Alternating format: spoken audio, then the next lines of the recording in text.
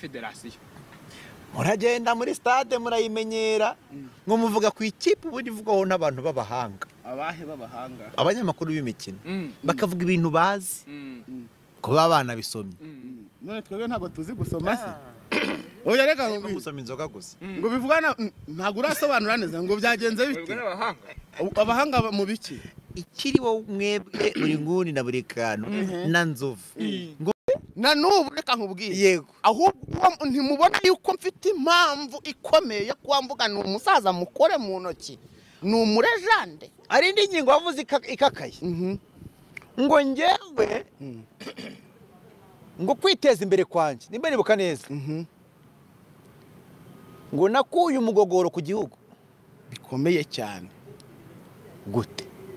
ni ukuvuga ngo u Rwanda hari inkunga runaka rutegurira abaturage bacishije makeya yego ayo mafaranga yakaba yubaka imihanda bakaba bayafata bakaguramo inka uretse ko atari bibi bakaziha abo baturage batishoboye rero abo baturage uko biyongera baba benshi batishoboye hari amafaranga yakaba yubaka imihanda tukakira UCI nk'uko wabibonye cyangwa tukakira n'ibindi bintu runaka bikomeye kubera ibikorwa remezo byagakozwe n'amafaranga yagiye mu nka z'abakene yego so rero ngewe iyo mvuye mwabo bakene mza nkiha agaciro nkabona ku biceri nkajyariza no kurwana kubiha abandi bantu bankomokaho mba nimo ndagabanya umugogoro ku gihugu cyo gufata amafaranga nkayo ngayo ngo kiyashore muri bari abantu batishoboye yego mba mvuye mw'uwo mubare mvuga nti igihugu ndakuruhuye mwite kuri bariya nacyo kiba gisenga muri bari abantu bahaye inka havemwe abantu bakura umugogoro ku gihugu w'ubukene no guhora bagitegeye amaboko basigare barwana n'abantu bakeya yego niyo mpamvu mvuga ni nge kuva mu bukene bwanjye kwanjye bifite ikintu cyahatari ahubwo gikomeye ku gihugu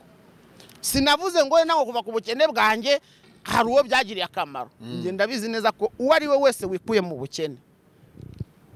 hari ikintu cyaturusha kujya wishyira mu basirikare uburuhuye igihugu ku rwego rushimishije byatari so rero nanjye nabwo simfite achievement nyinshi cyane ngo mvuge ngo nafashe ahangaha nahinduriye ubuzima abangabo uretse ko rimwe na rimwe nabyo mbikora nafashe sinari mfite ubushobozi bwo kwirirwa mvuga ngo nakoze ibingi kuko hari abantu bakoze ibindenze byibuze navuze ni ngewe nikuye mu bukene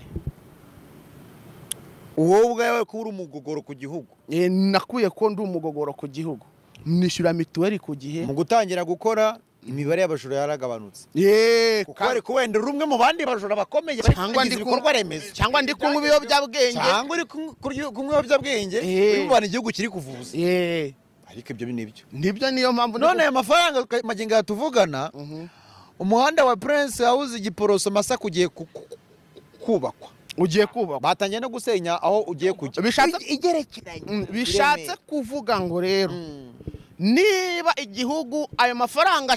cyataye mwaho ngaho cyakoresheje aho ngaho habuzeho 5,000 ntiwakorwa urabyemera Rwanda ntabwo wakorwa umushinga uzamubwira iki habuzeho 5 nyine kugira ngo mve ukuntu kuva mu bukene kwanjye bifite igihugu akamaro bigifite akamaro amafaranga uwo muhanda uzakoreshwa havuyeho 5 wumva yuko ari bikeye umushinwa ntiyanahagera yego urumva shatse kuvuga ngo ngewe mwana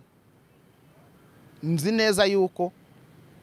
undi wese sinange buri muntu wese wikuye mu bukene ajya arwana no kwikura mu bukene amenye yuko ari kuruhura igihugu icyambere wenda kugira ngo byumve neza iyo umuntu yikuye mu bukene nkaho atangiye business yo kubaza n'abandi akazi ubwa brand ya twumve kuri so nitwa mfite company ikora ibintu by'imbaho